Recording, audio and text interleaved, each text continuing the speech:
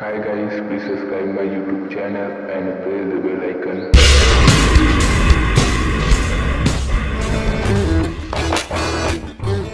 Hello friend, आज से हम स्टार्ट करने वाले हैं क्लास 10th के NCERT, जिसका चैप्टर नंबर 1 दिया है कि वास्तविक संख्याएं। तो वास्तविक संख्याएं जानने से पहले हमें ये जानना ज़रूरी है कि इसमें हमें क्या क्या पढ़ना है और कौन कौन सी बेसिक हमारी क्लियर रहनी चाहिए। ये जो वास्तविक संख्याएं हैं इसे आप क्लास 9 में भी पढ़ चुके हैं। ये देखिए, ये बुक वाला लिखा भी है कि कक्षा 9 में आपने वास्तविक संख्याओं की खोज प्रारंभ की है और इस प्रक्रिया से आपको अपरिमेय संख्याओं को जानने का अवसर मिला। यानी कि आप क्लास 9th में वास्तविक संख्याओं के बारे में आपको बता दिया गया है और क्लास 10th में आपको वही वास्तविक संख्याओं को विस्तार से पढ़ना है। तो इस वास्तविक संख्याओं को पढ़ने से पहले हमें इनकी कुछ ये मतलब किस आधार पे है, इसकी आधारशिला क्या है। तो चलिए, इसको पढ़ने से पहले हम इसके बैक में आते हैं। तो फ्रेंड, हमें सबसे पहले नंबर सिस्टम के बारे में जानना होगा। नंबर सिस्टम, अब ये नंबर सिस्टम होते क्या हैं? नंबर सिस्टम में जैसे तुम्हारे आ जाएगा प्राकृतिक संख्याएं, पूर्ण संख्याएं, पूर्णांक, परिमेय संख्या, अपरिमेय संख्याएं। तो ये सब आपका क्या नंबर सिस्टम में आ जाएगा। तो पहला टॉपिक है प्राकृतिक संख्याएं, नेचुरल नंबर। अब ये प्राकृतिक संख्याएं कहते किसे हैं? देखिए, जैसे मान लीजिए ये गोलियां हैं, ठीक है, ये गोलियां हैं। आपको किसी ने पूछ दिया कि ये गोलियां कितनी है, तो आप क्या करेंगे? इसे देखेंगे, देखने से तो कुछ होने वाला नहीं है, तो आप क्या करेंगे? इसे काउंट करेंगे। तो काउंट करेंगे तो कैसे काउंट करेंगे? गिनती गिनेंगे ना, जैसे 1 2 3 4 5 6 7 8 9 10 11 12 13 14 50। तो आप कहेंगे कि ये 50 गोलियां हैं। जब कोई पूछेगा कि ये कितनी है तो आप इसे काउंट करके बोलेंगे 50। अगर इतना ही दिया है तो आप कहोगे कि 1 2 3 4, मान लो इतना ही ये 4 गोलियां हैं, तो आप इसे काउंट करके बोलोगे कि 1 2 3 4। मतलब जितना भी दिया है, कुछ भी, सिर्फ गोली नहीं, कुछ भी अगर कोई पूछ दे कितनी है तो आप उसे क्या करेंगे? काउंट करेंगे। काउंट करेंगे ना। तो काउंट करने के लिए आप जिस गिनती का प्रयोग कर रहे हैं वो क्या है? प्राकृतिक संख्या है, ठीक है। आप काउंट करने के लिए जिस भी गिनती का प्रयोग कर रहे हैं वो सब क्या है? प्राकृतिक संख्याएं हैं। तो यानी हम कह सकते हैं कि वस्तुओं को गिनने के लिए हम जिन संख्याओं का प्रयोग करते हैं उसे गिनती कहते हैं। गिनती कहते हैं ना उसे। परिभाषा क्या बनेगी कि वस्तुओं को गिनने के लिए हम जिन संख्याओं का प्रयोग करते हैं उसे गिनती या प्राकृतिक संख्याएं कहते हैं। तो हमारा परिभाषा क्या बना कि किसी वस्तु को गिनने के लिए हम जिन संख्याओं का प्रयोग करते हैं उसे गिनती या प्राकृतिक संख्याएं कहते हैं। जैसे 1 2 3 4 5। अब आप कहेंगे कि इसमें जीरो क्यों नहीं आया? कहेंगे ना कि आप इसमें कि जीरो क्यों नहीं आया? क्या जीरो प्राकृतिक संख्या है? इसे भी क्लियर करते हैं। जैसे हमने यही गोलियां गिनी थी, क्या आप इस गोली को ऐसे गिनते हो क्या कि 0 1 2 3? अभी हम पूछ दिए कि ये गोली कितनी है, तो आप क्या करेंगे? ऐसे ही गिनेंगे कि 1 2 3 4 5 6 7 8 9 10 11 12 13 14 15। क्या आप ऐसे बोलेंगे कि 0 1 2 3 4 5? जीरो से नहीं ना काउंट करेंगे। ये कितनी गोलियां हैं? 15 थी। अगर जीरो से काउंट करेंगे तो कितनी होगी कि 1 2 3? नहीं, जीरो से काउंट करो इसे एक बार। तो 0 1 2 3 4 5 6 7 8 9 10 11 12 13 14। तब तो ये 14 गोलियां हैं। तो हम क्या करते हैं, जब किसी भी वस्तु को काउंट करना होता है तो हम उसे 1 से काउंट करते हैं, न कि 0 से। तो हमने बोला क्या कि किसी वस्तु को गिनने के लिए हम जिन संख्याओं का प्रयोग करते हैं उसे प्राकृतिक संख्याएं कहते हैं। तो जब भी हम काउंट करेंगे 1 से करेंगे, 0 से नहीं करने वाले, तो इसमें 0 नहीं रहेगा। इसे हम n से प्रदर्शित करते हैं। तो प्राकृतिक संख्या के बाद हम लोगों को कहीं ना कहीं जीरो का अभाव होने लगा। अब साइंटिस्ट लोग हैं तो ये लोग हमेशा अपने माइंड को डेवलपमेंट करते ही रहते हैं। तो इन्होंने क्या किया कि जीरो को पूर्ण संख्या में रख दिया। तो पूर्ण संख्या की परिभाषा यह बनी कि वह संख्या जिसमें नेचुरल नंबर के साथ साथ जीरो भी हो उसे पूर्ण संख्या कहते हैं। हमारी परिभाषा क्या बनी कि वह संख्या जिसमें नेचुरल नंबर के साथ साथ जीरो भी हो उसे पूर्ण संख्या कहते हैं। जैसे 0, 1, 2, 3, 4, 5 इसी तरह आगे बढ़ता चला जाएगा। अब इस पूर्ण संख्या को हम किससे प्रदर्शित करते हैं? तो हम इस पूर्ण संख्या को W से दिखाते हैं। ठीक है, इसे हम W से दिखाते हैं। अब देखिए, साइंटिस्ट लोगों ने पहले क्या किया कि पहले प्राकृतिक संख्या के बारे में पता लगाया। जब प्राकृतिक संख्या के बारे में पता लगाया तो प्राकृतिक संख्याएं क्या निकली कि 1, 2, 3, 4, 5 डैश डैश डैश ये निकली। तो फिर लोगों ने सोचा कि उन लोगों को क्या हुआ कि जीरो का अभाव होने लगा। तो जब जीरो का अभाव होने लगा तो फिर उन लोगों ने अगली संख्या क्या बना दी कि पूर्ण संख्या। तो उसमें क्या किया कि लोगों ने जीरो को भी शामिल कर लिया।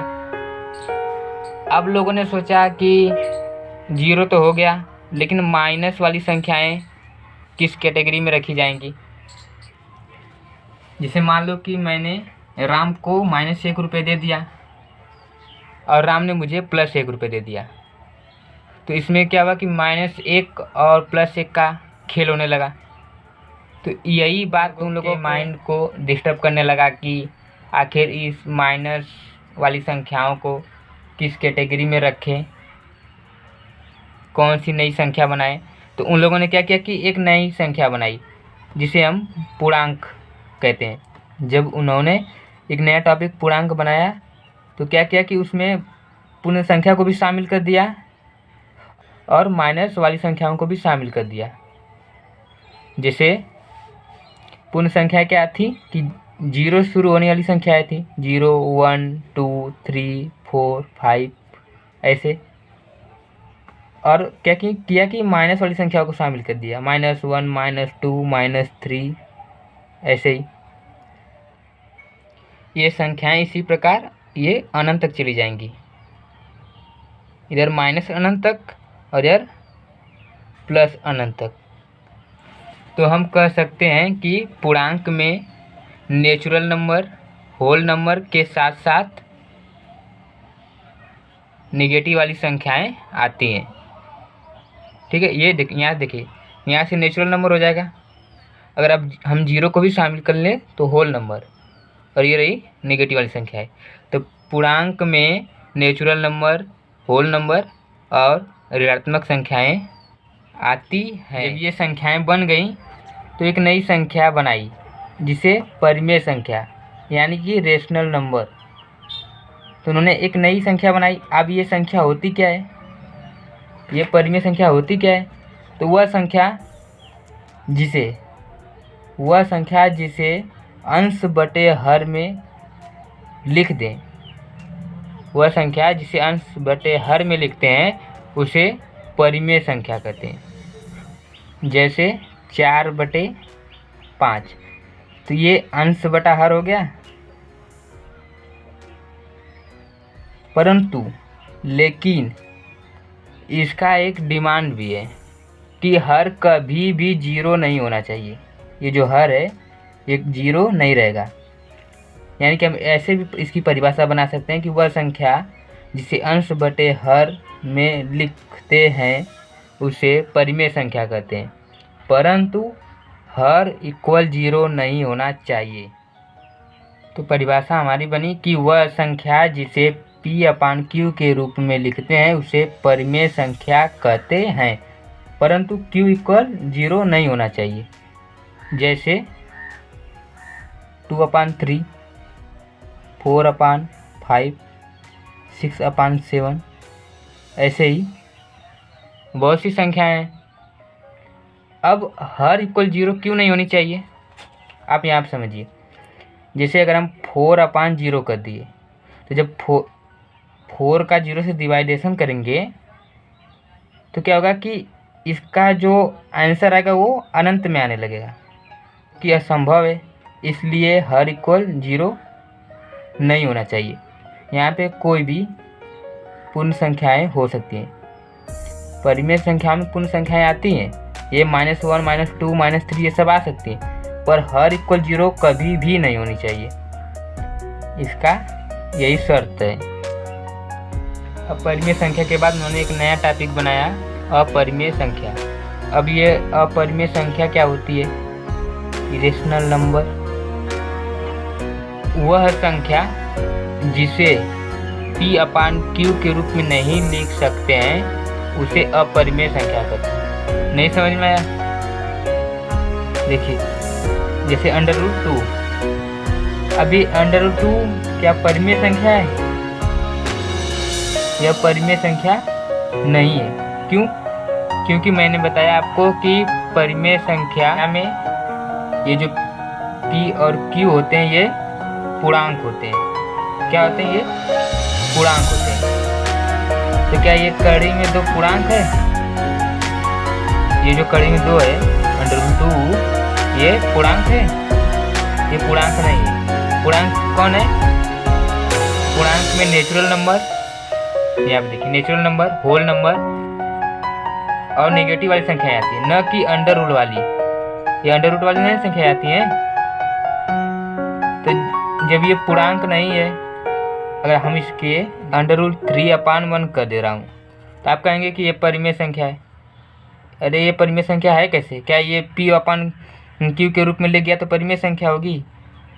नहीं होगी, क्योंकि एक शर्त भी है ना कि ये जो P और ये जो Q है ये पूर्णांक होने चाहिए। और पूर्णांक किसे कहते हैं? पूर्णांक नेचुरल नंबर, होल नंबर और नेगेटिव नंबर का एक समूह है। हाँ, उसमें क्या आते हैं कि नेचुरल नंबर आते हैं, होल नंबर आते हैं और नेगेटिव नंबर, लेकिन ये अंडर रूट वाली नंबर नहीं आते हैं। तो क्या ये एक अपरिमेय संख्या है। उसी प्रकार √5 भी हो सकता है, 6 भी हो, मतलब अंडर रूट वाली सभी संख्याएं अपरिमेय संख्याएं होंगी। तो अपरिमेय संख्या की परिभाषा क्या बनेगी कि वह संख्या जिसे P/Q के रूप में नहीं लिख सकते हैं उसे अपरिमेय संख्या कहते हैं। जैसे में पाई, कड़ी में 2, कड़ी में 3, कड़ी में 4, डैश, इसी प्रकार सब हो सकते हैं। अब कन्फ्यूजन ये भी बनाता है कभी कभी कि ये पाई परिमेय संख्या है कि अपरिमेय संख्या, क्योंकि पाई का मान 22/7 होता है, तो ये एक पूर्णांक है, ये भी एक पूर्णांक है। तो आप कहेंगे कि पाई क्या है कि परिमेय संख्या है। तो पाई क्या है कि एक अपरिमेय संख्या। क्यों है? क्योंकि 22/7 कभी इक्वल नहीं होते हैं, इसलिए ये जो पाई है यह एक अपरिमेय संख्या है, न कि परिमेय। ये क्वेश्चन कभी कभी पूछ देता है कि पाई एक परिमेय संख्या की अपरिमेय, और बहुत से स्टूडेंट कंफ्यूज हो जाते हैं इसमें। अब नंबर आता है रियल नंबर। तो रियल नंबर किसे कहते हैं? अब तक आपने जो भी नंबर पढ़ा, natural number, whole number, integer, rational number, irrational number, सब क्या है? सब वास्तविक संख्याएं हैं। यानी हम एक दूसरी तरह से यह भी कह सकते हैं कि दुनिया के सभी नंबर रियल नंबर है। सब क्या है कि वास्तविक संख्याएं, चाहे वो परिमेय हो, चाहे अपरिमेय हो, चाहे पूर्ण संख्या हो, चाहे पूर्णांक हो या प्राकृतिक संख्या हो, सब क्या होंगे? वास्तविक संख्या। या हम ये भी कह सकते हैं कि आज के समय में जो चल रहा है उसे वास्तविक संख्या या रियल नंबर कहते हैं। तो ये सब क्लास 9 तक का टॉपिक है, जो कि हमारे बहुत ही काम आने वाला है। और अब हमारा अगला टॉपिक है यूक्लिड विभाजन प्रमेयिका। ध्यान से समझिएगा इसे, क्योंकि बहुत लोग इसमें कंफ्यूज हो जाते हैं। इसको समझाने के लिए मैं इसे एक छोटे लेवल से स्टार्ट करता हूँ, जो कि आप बचपन में पढ़े हो। आपने बचपन में ये सब भाग दिए हैं छोटे छोटे। जब आप इसमें इसका 6 का भाग देंगे तो 5 बार जाएगा और हमारा शेषफल 3 बचेगा। और दूसरा एक और भाग देते हैं 18 का 5 से, तो इसका जब इसमें भाग देंगे तो 3 बार जाएगा और 3 बचेगा।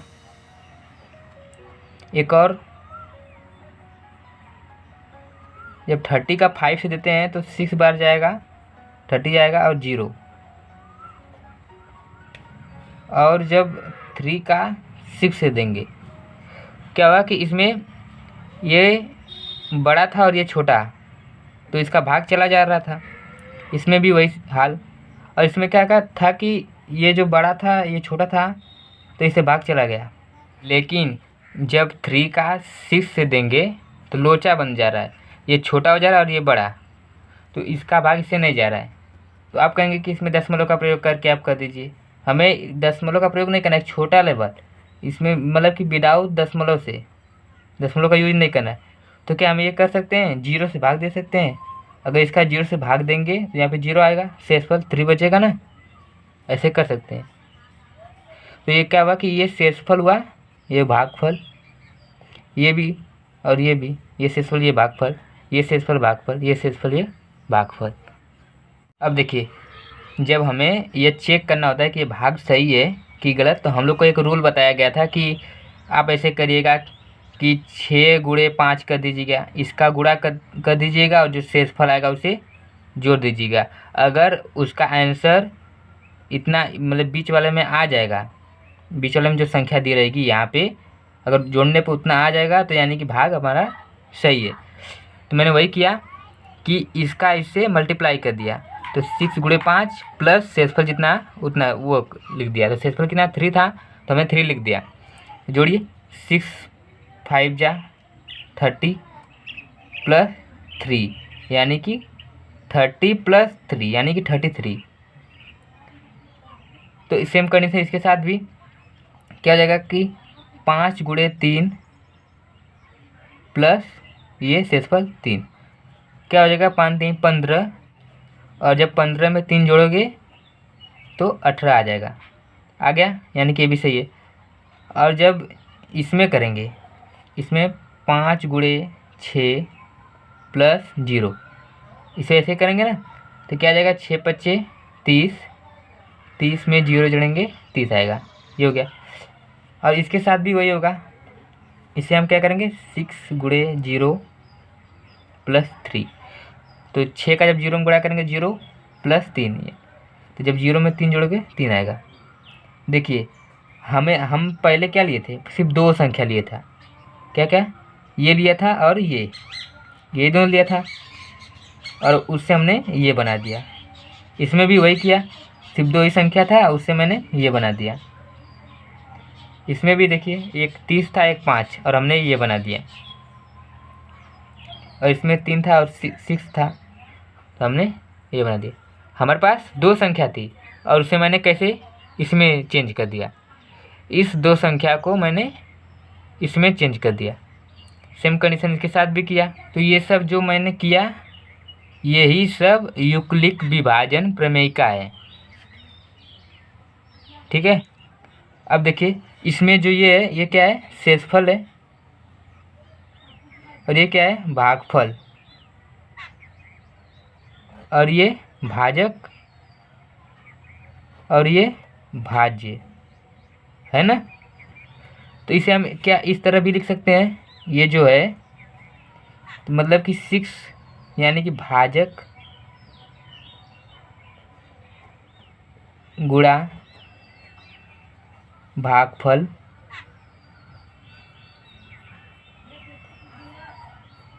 प्लस शेषफल, ऐसे लिख सकते हैं। ये भाज्य के बराबर होता है, यूक्लिड विभाजन प्रमेयिका में हम ये भाज्य जो है इसे हम a से दिखाते हैं, और ये जो भाजक है इसे b से, और ये जो भागफल है इसे q से,